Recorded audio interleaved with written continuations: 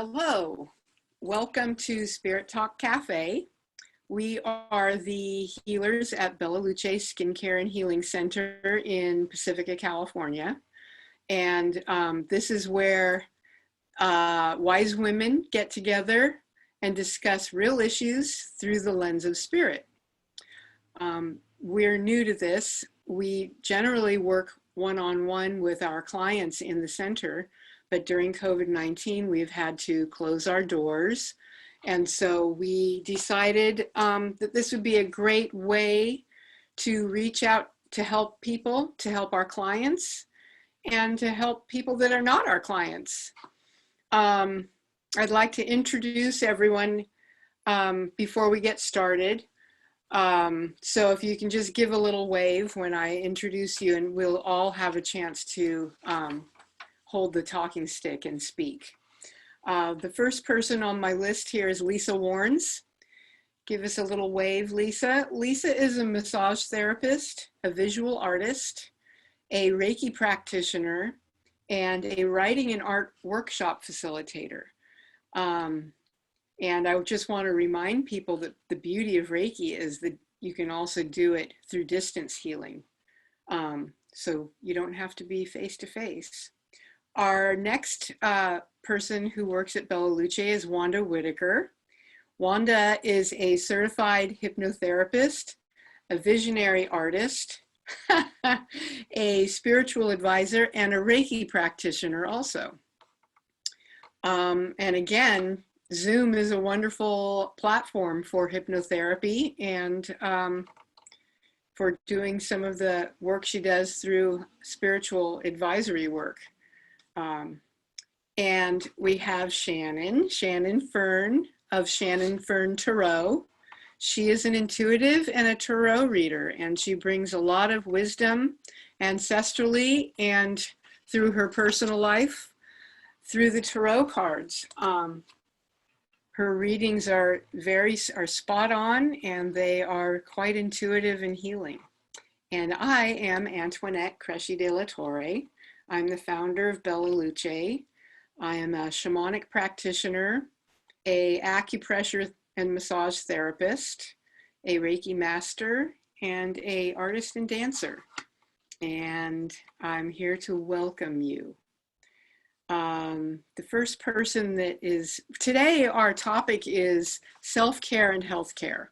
So with COVID-19, we are unable to do a lot of the normal things that we do, especially if you are a person that likes to get massage or facials or being face-to-face with your spiritual counseling person, face-to-face tarot readings. So we decided that because we are all under a lot of stress and our emotions are dictating how we feel right now, we thought that we would put together some ways that you can take care of yourself at home. So Wanda is going to start with some ideas for how to take care of yourself at home. Great. I would like to take a look at our mind, bodies, and soul. It's almost like a triune. And I want to do this because I want to give an overall direction that would lead people in a way that they can take care of themselves right in their own homes, especially during this so-called lockdown period, or stay in shelter, or stay in love period. First of all, I want to start with the body, because there are essential minerals that we need to keep the body alive in a place of homeostasis. Also, I just want everybody to know that when you begin to know who you are and know more about the physical body, then you're more able to heal yourself. A lot of times we go to the doctor and the doctor says something about our kidneys or livers, but we don't even know where they are in our body. Where's your liver? Where's your kidney? Where's your pancreas? So the more we know about the body and the bodily systems, the more we're able to address our particular disorder. And disease is just the body being out of order. The body is always telling us to do something. So I want to start off by just suggesting some minerals and some, I'll say some supplements that people can take. First of all, let's start off with zinc. Taking zinc would be great. Vitamin D3, great, maybe 1,000 doses or more. You can actually take more doses of vitamin D3. Vitamin C is a great supplement. Vitamin B complex, and you can get most of these supplements anywhere. You can go to Trader Joe's to get them, or you can go to CVS or any drugstore to get these. So this is very easy. Elderberry is good. Sea moss is great. Turmeric is wonderful. Make sure you take great doses of garlic in your food. And ginger. If you have making smoothies, make sure you add some ginger in your smoothies. What you want to do is you want to keep your body alkaline with lemons. So you could put lemons or limes in hot water and drink that, and it will alkaline your system. Perhaps you want to do that early in the morning. You could take a tablespoon of vinegar, apple cider vinegar, or put it in a glass of water, you know, just a little bit in a glass of water. And that also helps alkaline the body. Drink plenty of water. You want to stay hydrated as much as possible and avoid sugar. And sugar isn't everything. So make sure that you're reading the ingredients anytime you pick up food, because that is certainly a way to keep the body in a stressful type situation. So you want to avoid that. And sugar, especially high fructose sugar, it's in everything. It's in barbecue sauce. It's some of the ketchup. Also sugars in bread, so no sugar. And the other thing I want people to do is to sleep well. Make sure you're sleeping well, get 8 hours of sleep. And during the day, if you could take a nap, that's fine. Make sure you exercise, get some sunshine. That's the best vitamin D you could ever have, is sunshine. And we live by the ocean, so we go on walks by the ocean. And that's wonderful because it has the free radicals and the negative ions to help our system. The other thing is to simply breathe. Take in deep breaths. And that's very easy. People can do that. Take in a deep breath, inhale to the count of 6, hold it to the count of 6, release it to the count of 6, and do that 6 times. Okay, and then start another cycle of that. And then if you want for more breathing, lay on your stomach and continue to breathe. Take deep breaths for about 3 minutes, okay? And let's look at the mind. When you look at the mind, it's things like overcoming anxiety, mostly having to do with emotion. So this is a very fearful time of our lives. Everybody's thinking, oh my God, I don't want to get COVID. And if you keep watching television, you simply will be at a stress level so high it creates high blood pressure, right? So when you feel your body at a stress level, then you know the body speaks your subconscious mind. It is telling you to stop doing something. So it's saying, turn off the TV. So I want you to make sure you turn off the TV and look at programming that's going to make you feel good. Maybe some old movies, or maybe some old classical movies, comedies, whatever. But it starts with changing your thoughts. Once you change your thoughts, then it helps change everything in your body. So keeping your thoughts positive is great, will keep you healthy. Most of the time, what viruses are attracted to are people who are feeling helpless and hopeless. And how many times have you felt helpless and hopeless throughout your life? So we want to get rid of that limiting programming from a child. And you can see the patterns if you just stay in a state of trance, and that means just a state of silence when you're doing nothing and just thinking about all those times. And then you want to replace those thoughts with something that's the opposite. Meditation is good, grounding is good, and again, incorporating the breathing techniques. And now I'm going to go to spirit.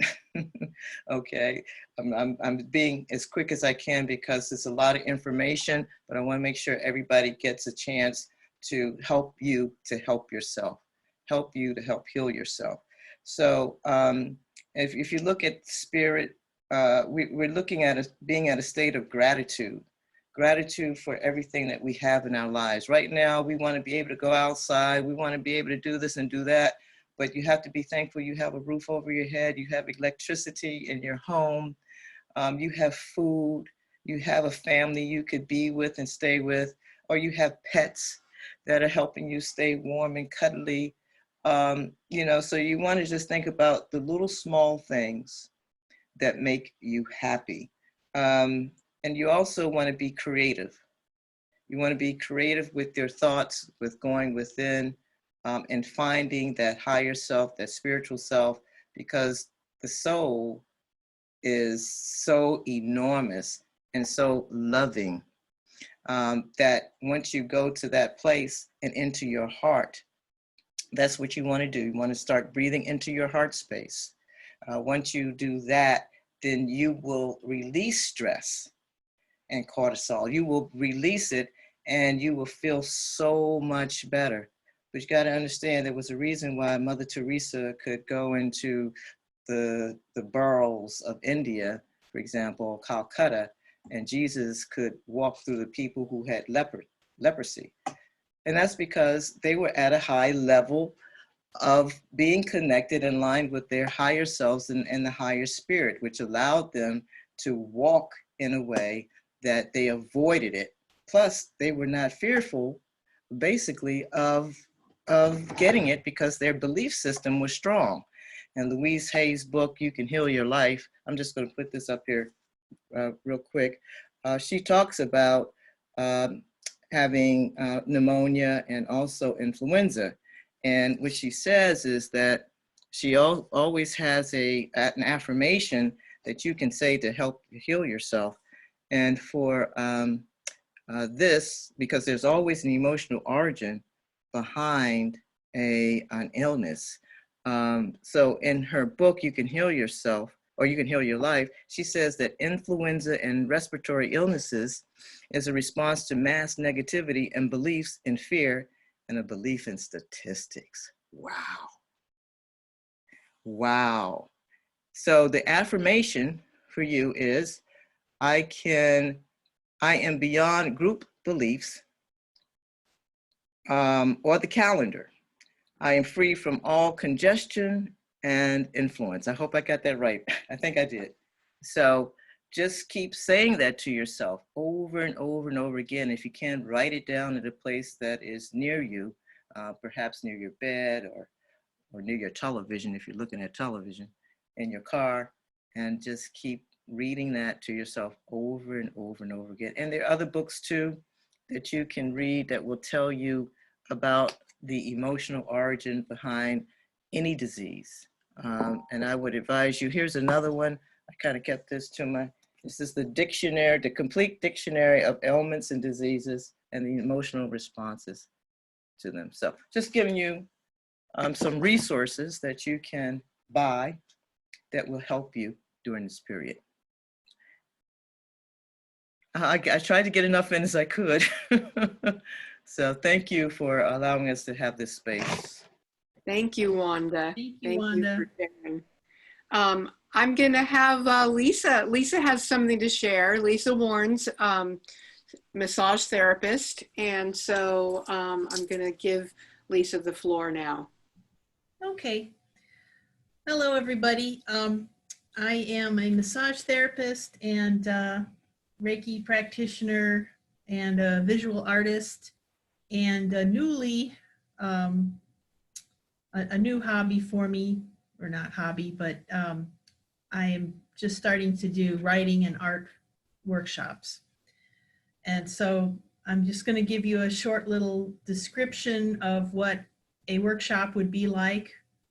And we're not going to do any writing exercises because that would require time of silence and writing. But if you want to, you can get a pad of paper or a notebook and jot down some of these tips. And basically, it starts out just using writing as a relief for anxiety. And Wanda had mentioned that we are very anxious right now. And people are anxious, and writing helps that. Anyway, I'm sorry, I got distracted. Bear with me. This is, it's been a while since I've done this. So the most important thing is to let go of everything you know about writing. Writing is, it's not supposed to be stressful. Nobody's watching you, nobody's grading you, nobody's got the red pencil out. And you want to ignore the self-editor that says, oh, you know, I don't know how to spell that. I don't know how to express that. Don't worry about spelling, grammar, any of that sort of thing.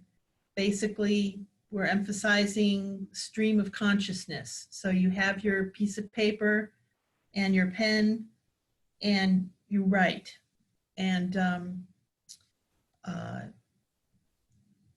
if I was doing an exercise today, I would say maybe some people might want to write about the COVID-19 coronavirus pandemic. Or maybe you don't. Maybe you want to write about something completely different, like, you know, a new plant that you put in your garden. And some people find that writing about something completely different than what is bothering them is more therapeutic. But I don't know if any of you subscribe to the San Francisco Chronicle, but on the editorial page, they've been featuring every day, people have been writing poems regarding the coronavirus. And I really enjoy reading that. I'm sure they'll put together a collection of all these poems. And it's very different perspectives. You know, some people are writing poems about their isolation, stay at home. Some people are writing about the political aspects of the virus. Other people are writing about how they're angry that people aren't wearing masks. You know, there's so many different perspectives, and it's all very therapeutic. And so one way to do a writing exercise is to either just write words and sentences on the page, or you can write a poem. But even writing a poem, you don't want to be anxious. You don't have to worry about it rhyming or, you know, haiku. It has to have so many syllables. It's not anything like that. It's completely relaxing, stream of conscious, let it go, just write. And so when I do my writing workshops, I usually have a theme. And so you can go on that theme, but as always, you have the freedom to write about something else. And I also like to mention that writing is kind of like meditating. It's a practice that you need to, well, you can. I don't want to make you say like you have to do it, but the more you do it, the better you get at it. And sometimes it's hard for people to put words on paper. And it can be intimidating, and that's okay. A lot of us, we type and we text. And so sometimes for people, just having a physical pen or pencil in their hands is intimidating because we're not used to it. Our hands may cramp up. So that's part of the therapy as well. And you have to start out slow, you know, unless you have the spirit in you. You know, sometimes people, they haven't written in a long time, and then all of a sudden they just start typing away or writing away, and all this comes out. And that's another example of the therapy of writing. I'm inspired by this writer. She lives in New Mexico. Her name's Natalie Goldberg, and she wrote Writing Down the Bones. And she wrote this decades ago, like in the 80s. And she is a meditator. She does Zen meditation. And so she incorporated writing into her meditation. So her writing became her meditation. Anyway, if we were doing an exercise right now, it would be something like put your pen to your paper and write for 5 minutes about the coronavirus, any aspect of it. Some other examples of topics could be as minute as what are you looking at in your room?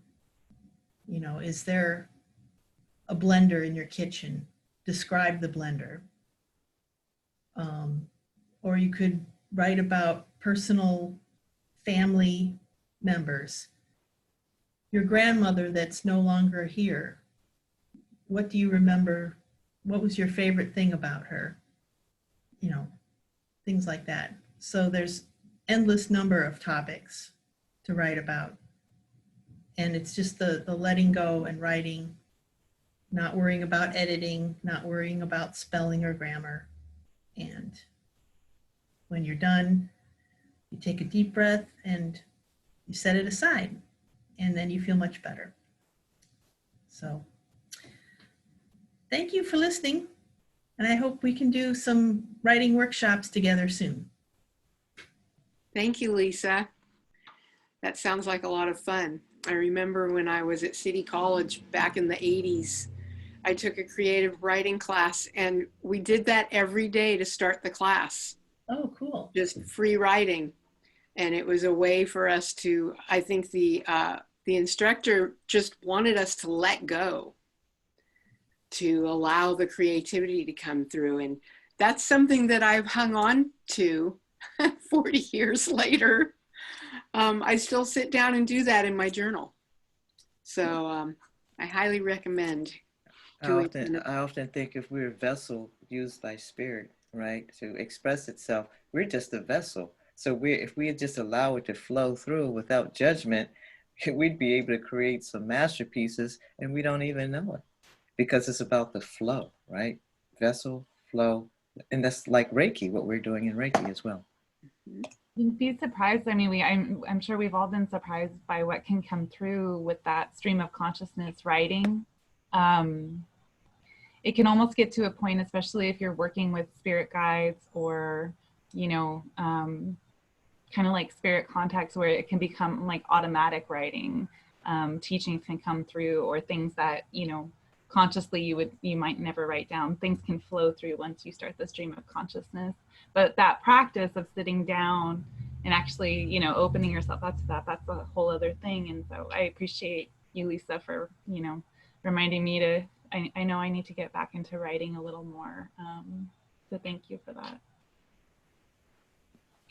And poetry as well. Mm-hmm. Yeah, poetry. I have some things to share with you. I am going to share some acupressure points for self-care. First, I want to start off by saying that acupressure, there's a spiritual nature to acupressure and related to the emotions. In traditional Chinese medicine, the emotions correlate with different parts of the body, different organ groups and different meridians. And your emotions are your body's way of communicating. They communicate what could be out of balance in your body, and your emotions can cause imbalances in the body. And we all have lots of emotions these days. Our bodies are responding to our feelings as we go through this experience collectively, worldwide. I mean, this is the first time that in our lifetimes that the entire planet is having the same experience at the same time. So we have a wide range of emotions. And when we have emotions, we all know about how it feels to have muscle tension. You know, oh, I'm so stressed, my neck and shoulders are sore. Well, this can actually go even deeper than the muscles and go into our organs. And so we want a way to alleviate some of that discomfort or dis-ease before it becomes a health problem, before it lowers our immune system. Because the last thing we want right now is a lower immune system. How many times have you seen someone's emotion on their face? You know, we can see joy, we can see anger, we can see sadness. Over time, these become lines. These become laugh lines. They become frown lines, worry lines. So often when as an acupressure therapist, when I see a new client, one of the things I do is I look at their face to see, you know, are there dark circles? Do they have lines in certain areas? Is there more color in certain areas? Is there a lack of color? This is a map to possibly long-term feelings. And negative feelings and emotions over time affect our bodies, and they affect our vitality. Over time is different for all of us. For one person, it could take 40 years to have an effect.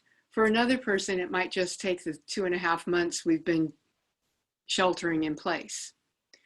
Some people, it only takes a day before you're out of balance. It all depends on your constitution. But what we want to do is have a way, since we can't go out and get a massage right now, is have a way to help ourselves. And one way is to use acupressure. So acupressure can be, you can do it to yourself, or you can lie down and have your partner do it to you.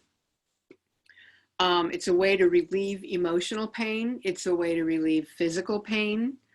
And it's a pathway to spiritual realization.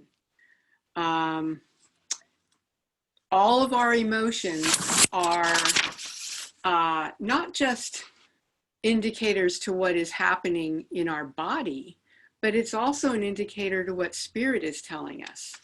You know, if you get a stomach ache because you made a decision to do something, maybe that's spirit telling you, maybe that's not a good decision. Maybe you should rethink that, or it's bad timing.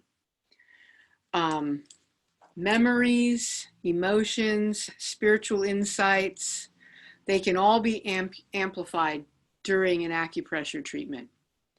And oftentimes this amplification is in order to open up the body's vital life energy in order to release.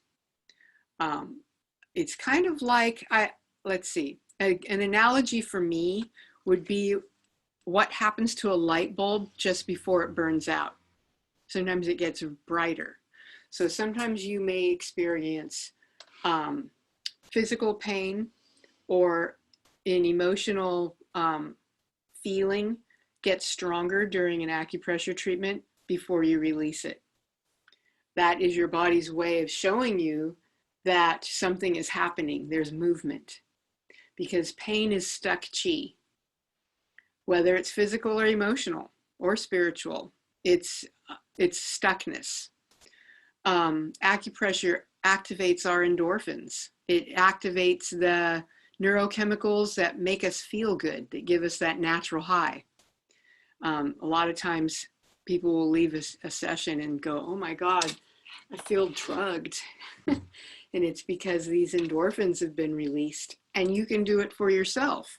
It might not be quite the same as it is when you're able to lay down on a table and have someone do it to you, but it's helpful. So I'm going to show you 3 points that are going to help you transform worry.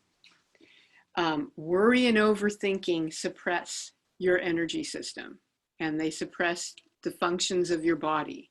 When you're worrying, you're often breathing shallow. Your stomach acid can be increased. Your blood sugar fluctuates.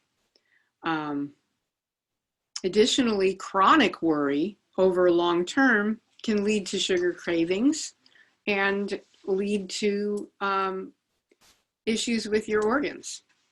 So what we're going to do is try to affect our immune systems, and I'm going to show you quickly. Normally you would take a few minutes, get into a comfortable position, concentrate on your breathing, notice whether you're breathing shallow, and if you are, you want to draw your breath a little bit deeper. This will help us become more present, because when you're in a worried state, oftentimes you're out of touch with the present, and you're out of touch with your spiritual self. And when you're out of touch with the present and your spiritual self, you may find that you're more fatigued and you're more preoccupied. I've heard from lots of friends and clients through this whole situation saying, I can't believe how tired I am. I have hardly done anything. And that's partly because our brains are overacting. So the first thing I want you to do is trust. I want you to trust that you are going to be able to make a shift in your being. The first point that I'm going to teach you is, it's called, sorry, I just had a brain fart. It's called Spirit 16. It's called abdominal sorrow. It's spleen 16, and it's a way to help alleviate chronic worry and grief. It's at the base of your rib cage. So if you cross your hands here and you bring your thumbs together, and I'm going to lower my screen just a little bit so that you can see if you're looking at a video. If you're not, just listen. You're going to find the bottom of your sternum and have your thumbs press along the base of your rib cage. So your thumbs will be making an upside down V. This is going to activate spleen 16, abdominal sorrow. And you're going to just close your eyes and notice your breath. Notice if your shoulders are up. If they are, allow them to lower. And bring in a deep breath. And as Wanda said, a count of 6 in and a count of 6 out, 6 times. So you can use Wanda's breathing technique while you're holding an acupressure point. The second point I'm going to show you is up a little bit higher. And for this one, you're going to make the hands in prayer. So with your fingers straight and your palms pressed together, you're going to take your thumbs and you're going to press them into the middle of your sternum. This is conception vessel 17, otherwise known as the Sea of Tranquility. This is an emotional balancing point. You use this point to calm yourself. It calms the spirit.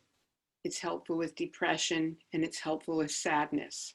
It's also a point that can be needled during an asthma attack, which is something that happens when we're in a state of worry.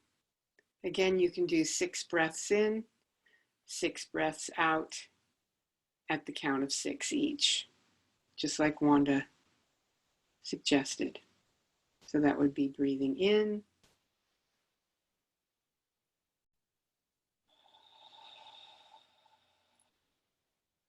six times. And the third point is our third eye point. There's actually 2 areas of your forehead. The first one is right between your brows, right between your eyebrows. This is governing vessel 24.5. And then there's another point that also activates the third eye that's about a thumb's width above. So you can actually hold both of those with your fingers, or you can take your hands again in the prayer position and press your pointer fingers against those 2 points at the same time. These 2 points are different for everyone. For some people, the lower one is more active. For other people, the upper one is. So that's something that you'll have to play with to see what feels the best for you. Or you can use them both at the same time.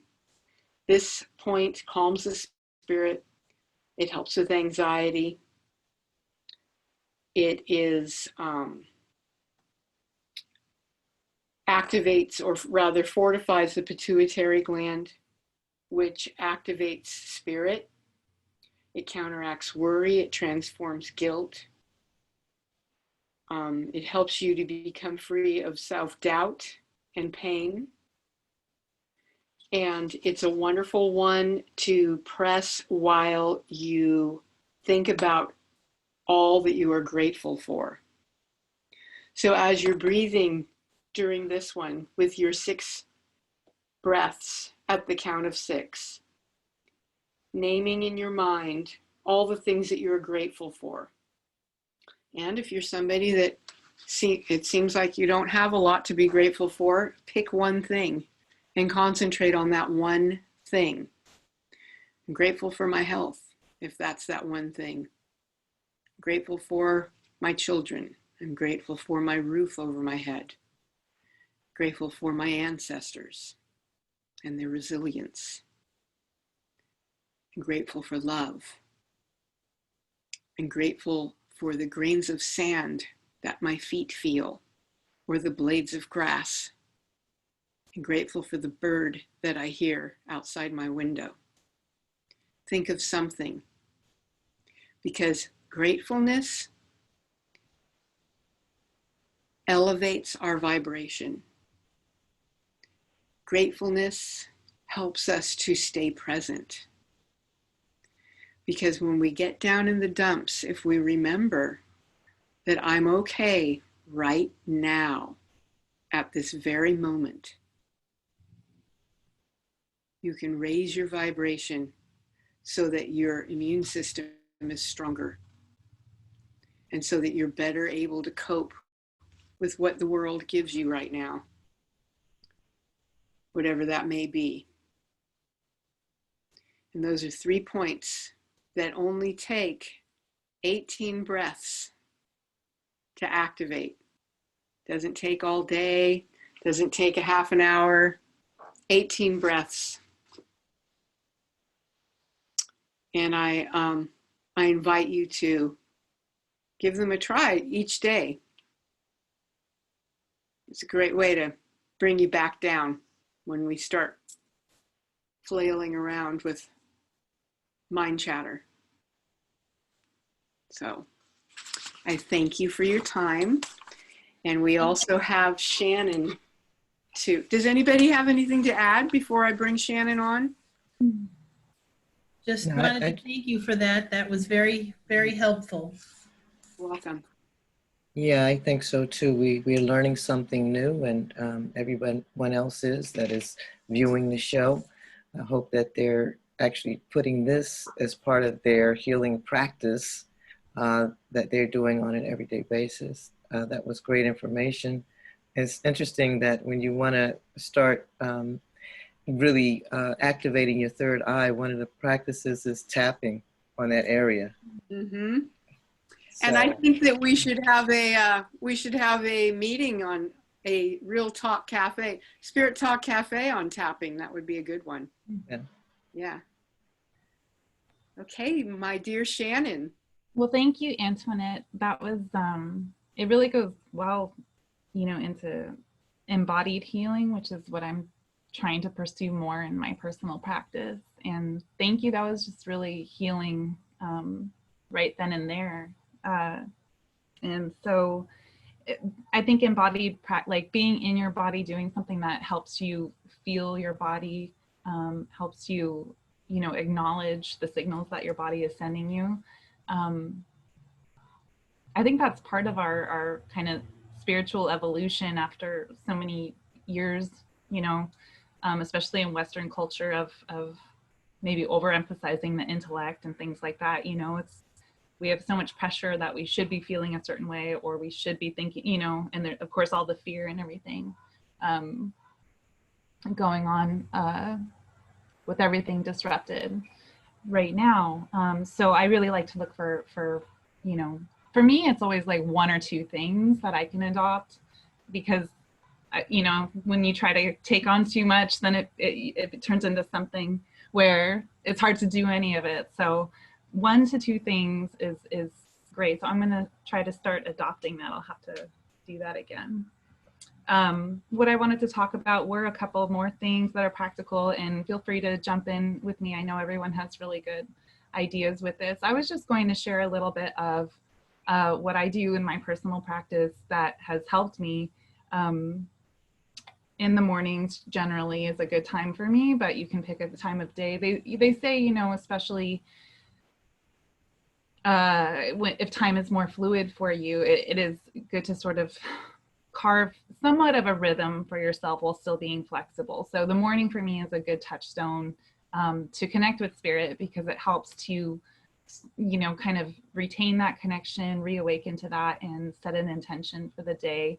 Maybe gain some information. That's where some divination can come in as well from the ancestors, and kind of asking for their support and listening to see what they might say, as well as, asking for their protection throughout all this as well. So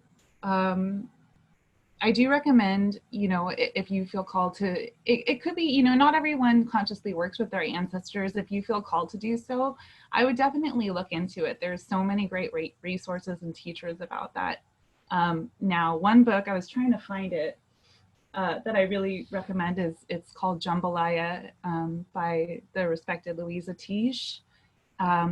And she has a really beautiful section about ancestor altars, and how you could start out with a candle and a glass of water, for instance, and then building into, if you have pictures, you could add them, flowers, you start to get a sense of what they might have liked. So it might turn into coffee. Often people that, you have to have your own feeling on that. Sometimes, people will, offer them a drink or something like that too, but that depends on, we also want to make sure we're kind of in line with who we are and what they want, and try to serve them the best we can.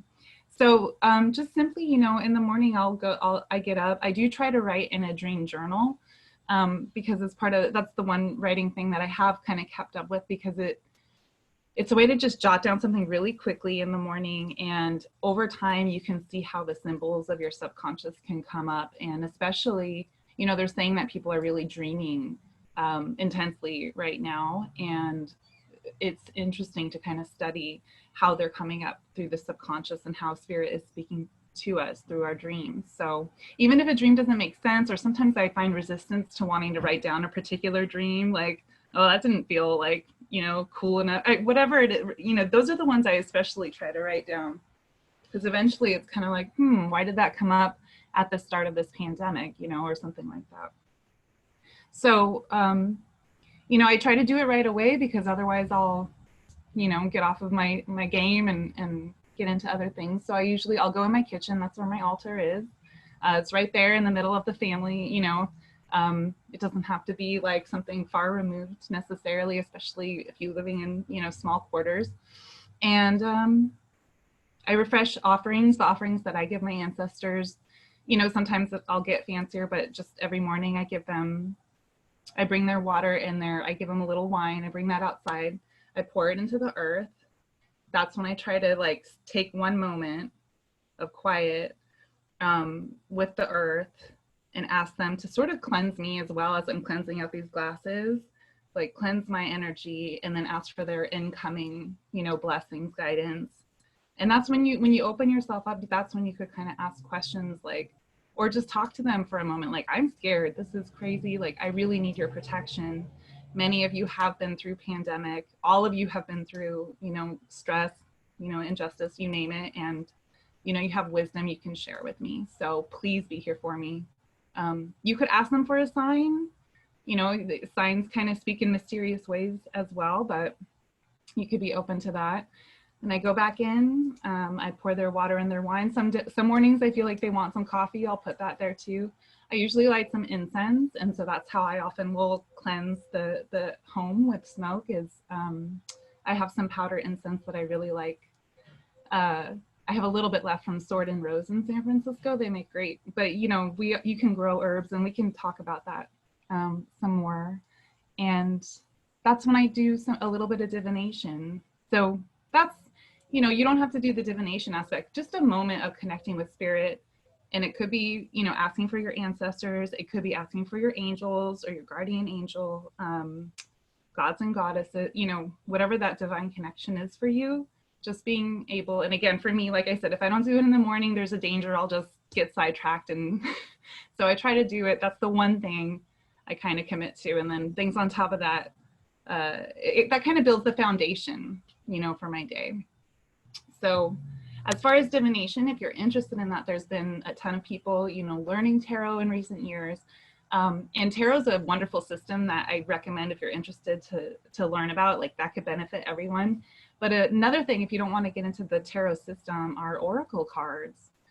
That's another form of divination, where oracle decks, they're completely, you know, beautiful, artistic. They have beautiful images, and they're more personal to the creator. So whatever comes up on those cards, that's a creative act done by the, you know, the person who created it and the artist.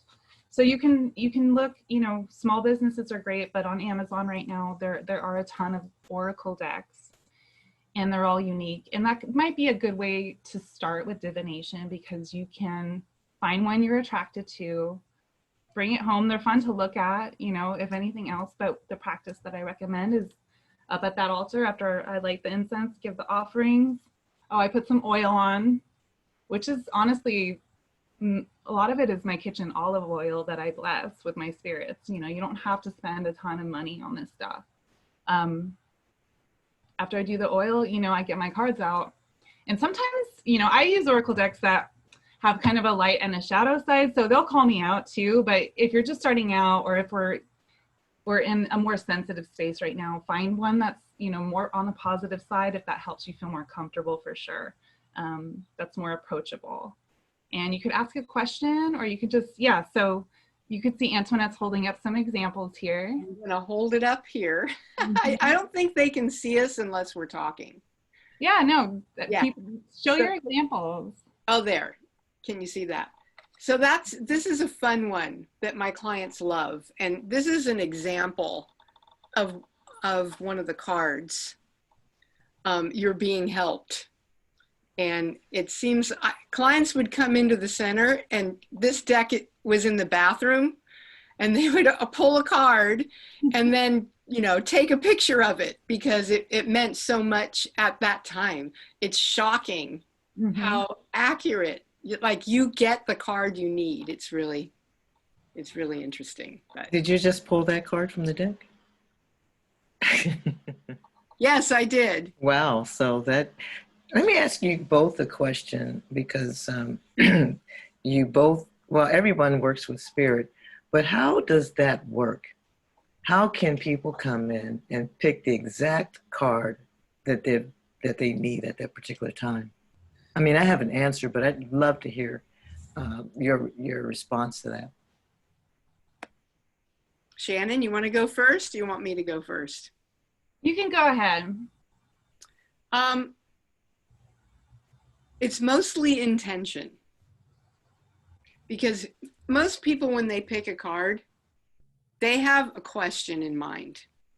You know, even if you don't outwardly know it, there's been something you've been rolling around in your mind for a day or a week or a month or a year, you know, some issue in your life that has been something you want an answer to.